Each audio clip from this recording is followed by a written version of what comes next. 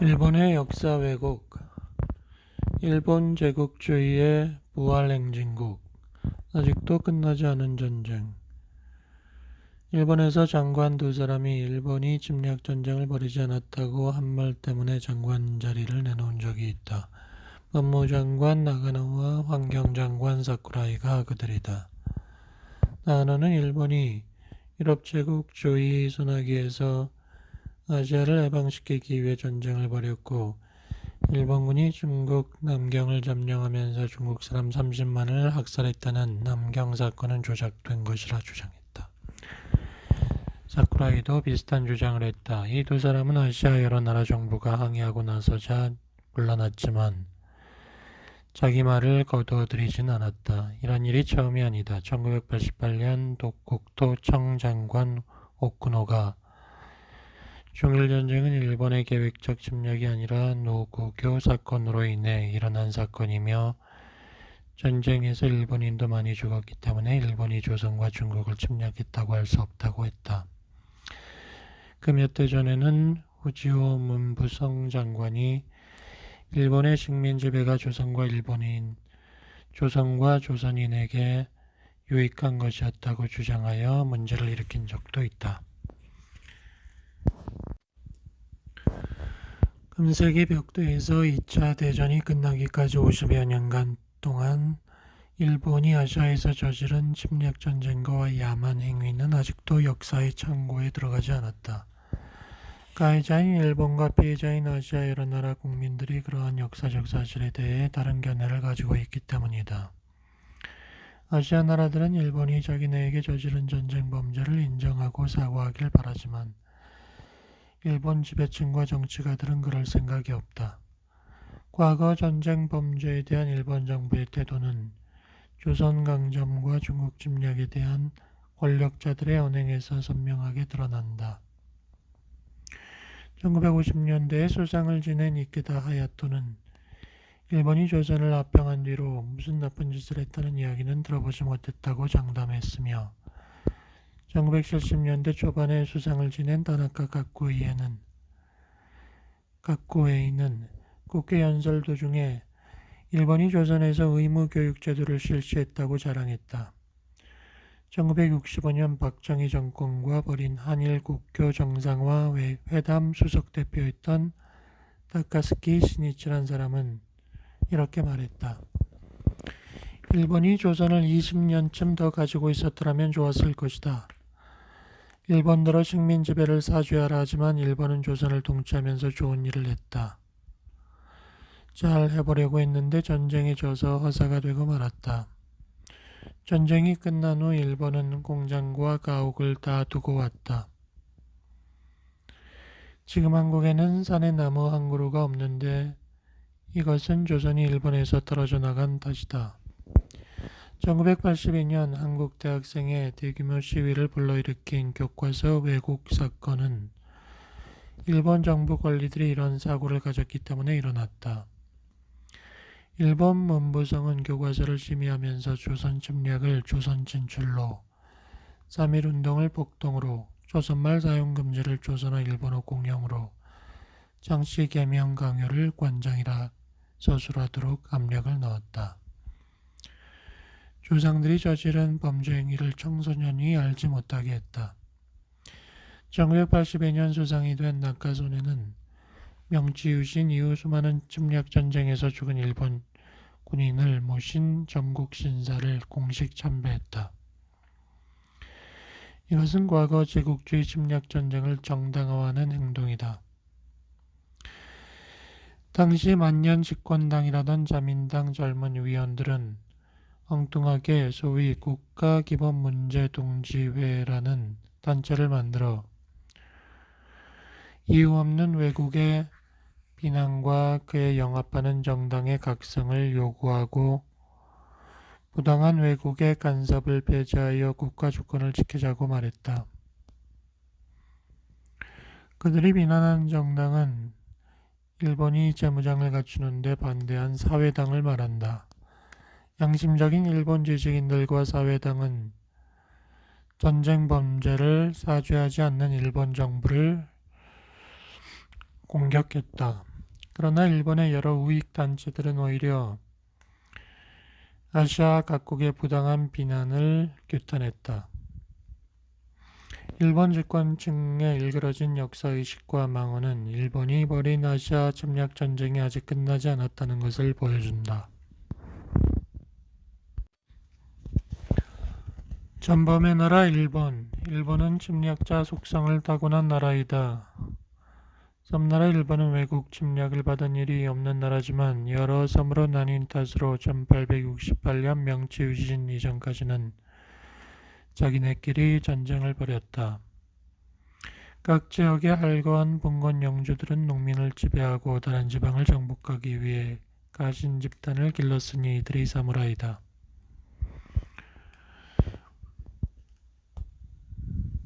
영주를 중심으로 사무라이 집단을 결합한 중세 봉건 체제를 합리화하는 이데올로기가 무사도이다. 무사도는 11세기 무렵에 나타나 유교 사상과 결합하면서 충성, 희생, 신의, 결백, 명예를 숭상하는 일본 특유의 호전적 이데올로기로 발전했다. 오늘날 일본 사람들이 즐겨보는 고전 연극 가부키는 거의 다 주군을 섬기는 사무라이의 충성, 복수, 희생을 소재로 삼는다. 무사도는 근대적인 중앙 집권 정부를 만든 명치 유신과 더불어 총과 대포와 비행기를 가진 천황의 군대를 지배하는 중심 이념이 되었다. 1868년 명치 유신으로 마지막 봉건 왕조였던 덕천 막부가 무너지면서 무사들은 칼을 빼앗겼다. 하지만 무사도는 자급자족 봉건 경제라는 틀에서 벗어나 새로운 경제제도인 자본주의에 접목되었다. 봉건 지배층이 중심이 되어 유럽과 미국의 문을 연 후 산업발전을 이룬 일본에서는 신흥 부르주아지가 봉건 권력을 따도한 서유럽과는 달리 민주주의가 싹틀 수 없었다.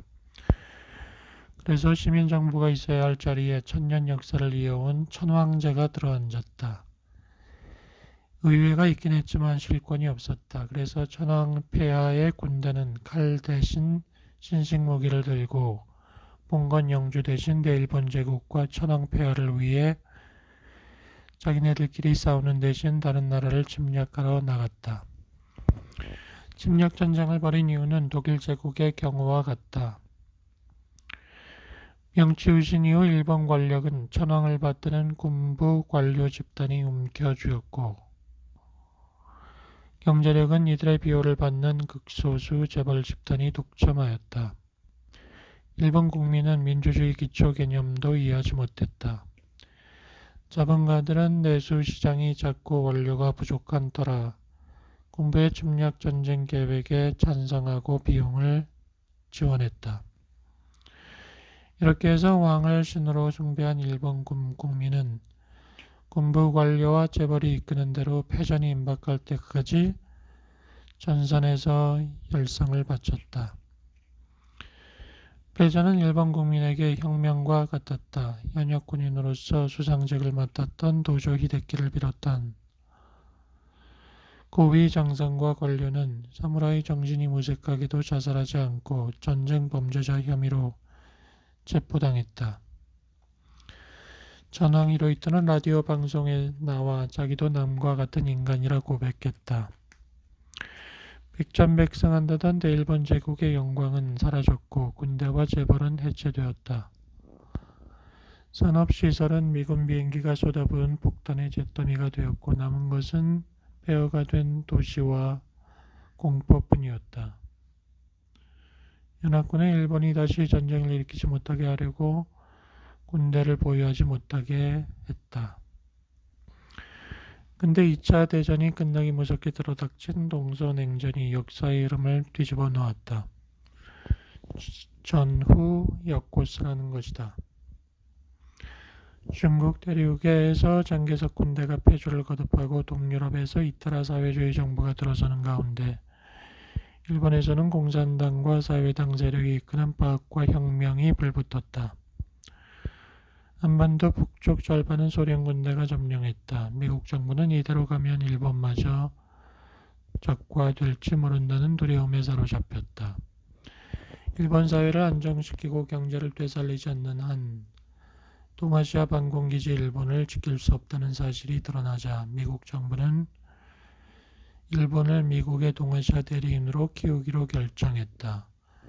점령군 사령관 메가더는 1948년 말 열린 동경 전범 재판에서 도조 히데키를 비롯한 전범 17명을 교세형에 처하고 16명에게 종신형을 내리는 것으로 전범 처벌을 매듭지었다.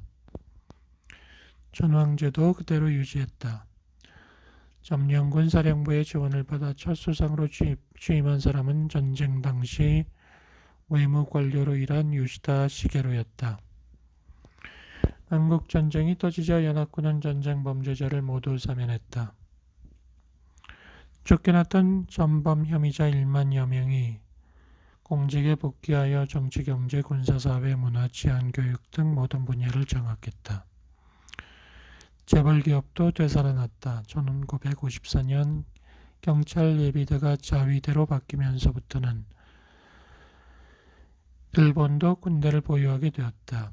미국은 사회주의 체제와 싸우기 위해 군국주의자, 제국주의자, 국수주의자, 파시스트, 천황제, 광신자들을 동맹군으로 선택하여 사회주의 운동을 탄압했다. 이때부터 일본을 다시 군사대국으로 만들어보려는 군국주의적 보수 세력의 음모가 싹 텄다. 같은 시기에 독일에서 일어난 일과 비교해보면 일본은 전범들의 나라라 할 만하다. 독일은 전쟁을 일으킨 죄로 미국, 소련, 영국, 프랑스에 분할 점령당하였다가 냉전이 시작되면서 동서독으로 갈라졌다. 나치 협력자들까지 철저히 숙청한 동독에서는 말할 나위도 없고 서독에서도 주요 전범들은 처벌을 받았다. 유대인 학살을 비롯한 전쟁 범죄의 원인과 과정에 대해서도 조사가 이루어졌다. 주요 전범이 아닌 협력자들은 나중에 사면을 받았지만 그런 전력을 가진 사람들이 정치 권력을 잡거나 지도층으로 복귀하지 않았다. 전쟁 범죄를 대하는 독일 정부와 일본 정부는 다르다. 독일은 주변 국가와 유대인들에게 입힌 인명피해와 재산피해를 배상했고 나치가 저지른 범죄에 대해 교육을 한다. 얼마 전 대통령이 된 로만 헤르초크가 취임 연설에서 그 당시는 전쟁통이었고 스탈린은 그보다 더한 범죄를 저지르지 않았느냐는 식으로 나치 만행을 합리화하는 극우파의 주장에 대해 범죄를 저지른 자는 다른 사람의 죄와 자기 죄를 비교할 권리가 없다고 말했던 것도 이런 맥락이다. 일본 강요들은 남교형 대학살을 조작 사건이라고 말하지만 독일 대통령과 장관들은 영화 신들러 리스트가 개봉되자 몸소 보러 가는 것은 물론이요. 교사들에게 학생들이 많이 보도록 권장하라고 했다. 우익단체들이 전쟁 범죄를 사과하는 데 반대한다며 확성기록 떠들고 다니는 것은 상상할 수도 없다. 아우슈비츠 수용소가 조작이라고 주장하는 한 우익단체가 이런 주장을 하면 처벌하도록 한 독일 형법이 의사표현의 자유를 침해한다며 위헌소송을 냈을 때 일이다. 연방헌법재판소는 1994년 봄 이 형법 조항이 합헌이라고 판결하면서 유대인 학살은 전범재판, 생존자 증언, 각종 문서와 역사학자들의 연구에 의해 사실로 판명된 만큼 이러한 사실을 부정함으로써 독일에서는 유대인의 안전을 위협하는 주장은 헌법이 보장하는 의사표현 자유에 속하지 않는다. 라고 못 박았다. 군사대국 일본. 한국전쟁을 지렛대 삼아 경제재건에 성공한 일본은 그 후 생산기술을 발전시켜 세계 최강의 대국으로 성장했다. 더불어 군국주의자들의 영향력도 커졌다. 자민당 정권은 1960년대에 명치유신 100주년 기념행사를 열고 군국주의와 침략주의의 상징인 전국신사를 가꾸는데 막대한 예산을 배정하였으며 국민들을 세뇌하기 위해 제국주의 시대의 유물인 왕의 교육 치거를 부활시키려 했고 냉전 이데올로기를 퍼뜨렸다. 이 모든 일이 다 국민들 사이에 군사대국 일본에 대한 향수를 일으키기 위한 것이다. 군국주의자들의 사고와 행동을 숨김없이 드러낸 사건은 1970년 10월에 일어난 미시마 유키오 자살 사건이다. 그는 천황을 중심으로 한 국가 부활과 일본 정신 회복을 절규하며 일본도로 사무라이식 할복 자살을 했다. 일본 언론은 한편으로는 비난의 화살을 겨누었지만 다른 한편으로는 찬사를 퍼부었다. 보수파는 이런 소동을 틈타 사무라이 정신과 대일본 제국에 대한 향수를 선동했다. 일본은 실제로 군사대국이 되었다. 1957년 이후 5년마다 방위비 예산을 곱절로 늘렸고 1984년 이후 몇 년간은 금기로 되어 있던 국민 총생산 대비 1% 상한선을 무너뜨리면서까지 자위대 전투력 증강에 박차를 가했다. 그것은 4조 5천억 엔이 넘는다. 우리나라 일반 회계 예산 총액과 맞먹는 규모인 것이다. 일본은 언제든 군수산업으로 전환할 수 있는 중화공업과 전자통신 반도체 산업의 선진국이며 최대의 플루토늄 처리 능력을 가진 핵강국이다. 정세도 일본의 군사대국화를 부추기는 쪽으로 간다. 오랜 경기 침체로 세계 경제 주도권을 상실한 미국은 방위비 부담을 줄이기 위해 일본이 책임져 주기를 바란다. 그래서 일본 자위대와 합동훈련을 벌이면서 전쟁이 터지면 대한해협을 봉쇄하고 한반도에서 군사작전을 펼 준비를 갖추어 놓았다. 냉전시대 미일 동맹의 목적은 소련과 중국이 태평양으로 오지 못하게 봉쇄하는 것이었다만 소련이 무너지고 중국이 개방 노선을 걷는 요즘에는 일본이 중심이 된 지역 안보 체제가 자리 잡기를 원한다. 일본이 예측할 수 있는 미래에 옛날처럼 주변국을 침략할 것이라 말할 수는 없다. 우선 일본 국민들이 전쟁을 바라지 않는다. 전후에 태어나 풍요로운 생활을 누리며 자란 젊은 세대는 어떤 사상이나 평화 애호 정신 때문이라기보다는 자기의 생활이 깨어질지 모른다는 두려움 때문에 전쟁을 찬성하지 않는다. 1960년대 일본 사회에 회오리를 일으켰던 전공투와 적군파의 테러 활동을 끝으로 학생운동은 옛 이야기가 되어버렸다.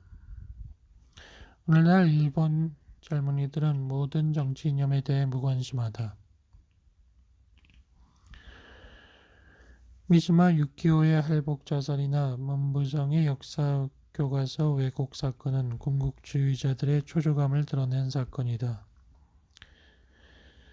그들이 사무라이 정신과 위대한 일본 제국에 대한 향수를 일으키려고 애쓰는 것은 여론이 마음대로 움직이지 않기 때문이다.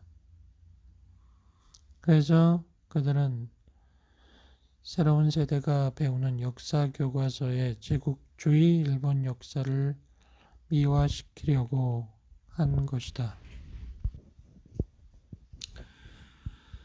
이런 점에서 군사대국 일본을 꿈꾸는 군국주의자들은 반쯤은 성공하고 반쯤은 실패했다.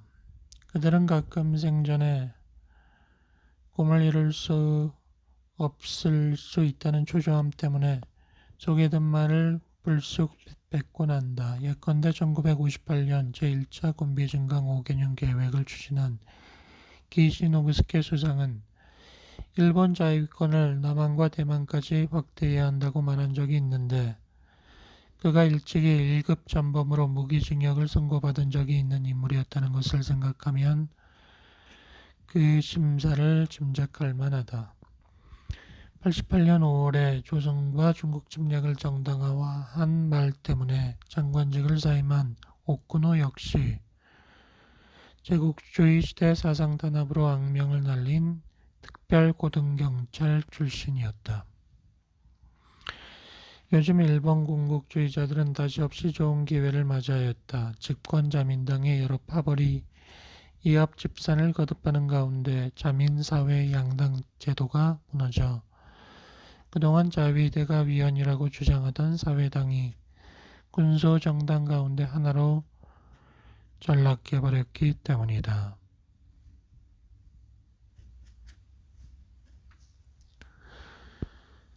게다가 사회당이 자민당과 연립정부를 만들어 무라야마 위원장이 수상자리에 오른 다음에는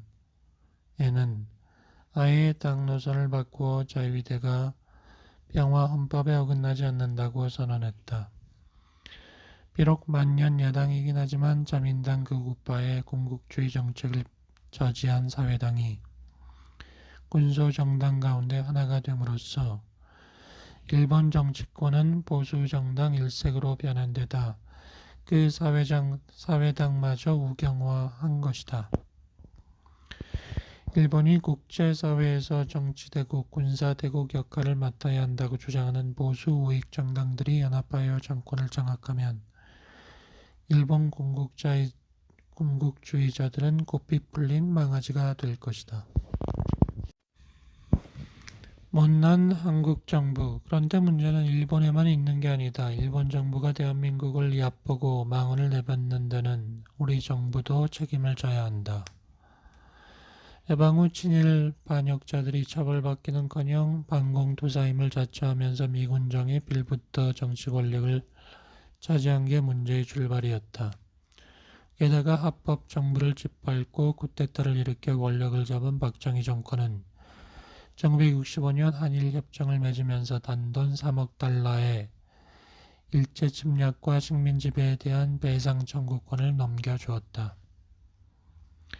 박정희 자신이 일본군 장교 출신이고 당시 정치, 경제, 군사, 치안, 교육 등 사회 분야를 장악한 자들이 최소한 일제와 협력했거나 앞장서서 동족을 탄압한 장본인들이었기 때문에 이는 당연했다. 사람은 먼저 자신을 모욕한 다음에야 남에게 모욕을 받는다는 말처럼 대한민국은 스스로를 모욕했다. 그래서 전범 경력을 가진 일본 정부 고위 권리와 자위대 수뇌부, 자민당 보수 정객, 재벌, 민간인 군국주의자들이 하나같이 친한파를 자처했고 한국 정부는 이런 자들과 함께 한일 신시대와 우호 관계를 쌓았다. 친일 반역자를 처단하지 못한 일그러진 한국 현대사는 오늘날까지 음침한 그림자를 드리우고 있다. 1982년 일본의 조선 강점을 정당화한 후지오 망언이 나오자 독립유공자들이 일본 대사관 앞에서 항의 시위를 벌였을 때 시위한 사람들은 모두 경찰서에 잡혀갔다. 그중 단재 신채호 선생의 아들인 신수범 선생이 있었다. 일제강점기의 아버지 일로 끌려갔던 바로 그 종로경찰서에 60년 만에 잡힌 것이다. 1987년 대통령 선거를 관장한 국무총리도 일본 육사를 나온 일본군 장교 출신이었다. 지금은 나이가 많아 대부분 일선에서 물러나 앉긴 했지만 1980년대 후반까지만 해도 일본 육사나 만주 봉천 군관학교를 나와 천황폐하의 군대에서 복무했거나 조선 총독부 관료를 지낸 사회지도층 인사들을 볼 수 있었다. 한국 정부는 스스로 대한민국을 모욕하는 일을 지금도 하고 있다. 박정희 정권이 대일 배상 청구권을 넘겨주었다는 이유로 정신대 할머니나 징용 피해자들이 일본 정부를 상대로 소송을 거는 상황인데도 대책을 내놓지 않았다. 히로히토가 일본 강점기에 조선에서 저지른 범죄에 대해 한마디 사과도 하지 않았는데도 그가 죽자 조문사절을 보냈다. 노태우 대통령이 일본을 방문했을 때 히로히토의 아들 아키히토는 일제강점기 우리 민족이 겪은 고통에 대해 통석에 염을 금할 길 없다고 했다. 안 됐다는 말이다. 그런데 대한민국 정부는 이 말을 뼈저리게 뉘우친다는 뜻으로 해석하여 일본 왕의 사과를 받았다고 자랑했다. 그나마 사과와 비슷한 말을 한 것은 1993년 11월 6일 김영삼 대통령과 경주에서 만난 호소카와 수상이다. 자민당을 탈당한 후 군소정당을 모아 연립정부를 세운 호소카와는 조선어 사용 금지나 장씨 개명, 종군 위안부 등 몇 가지 사실을 들어가며 가해자로서 반성한다고 말했다.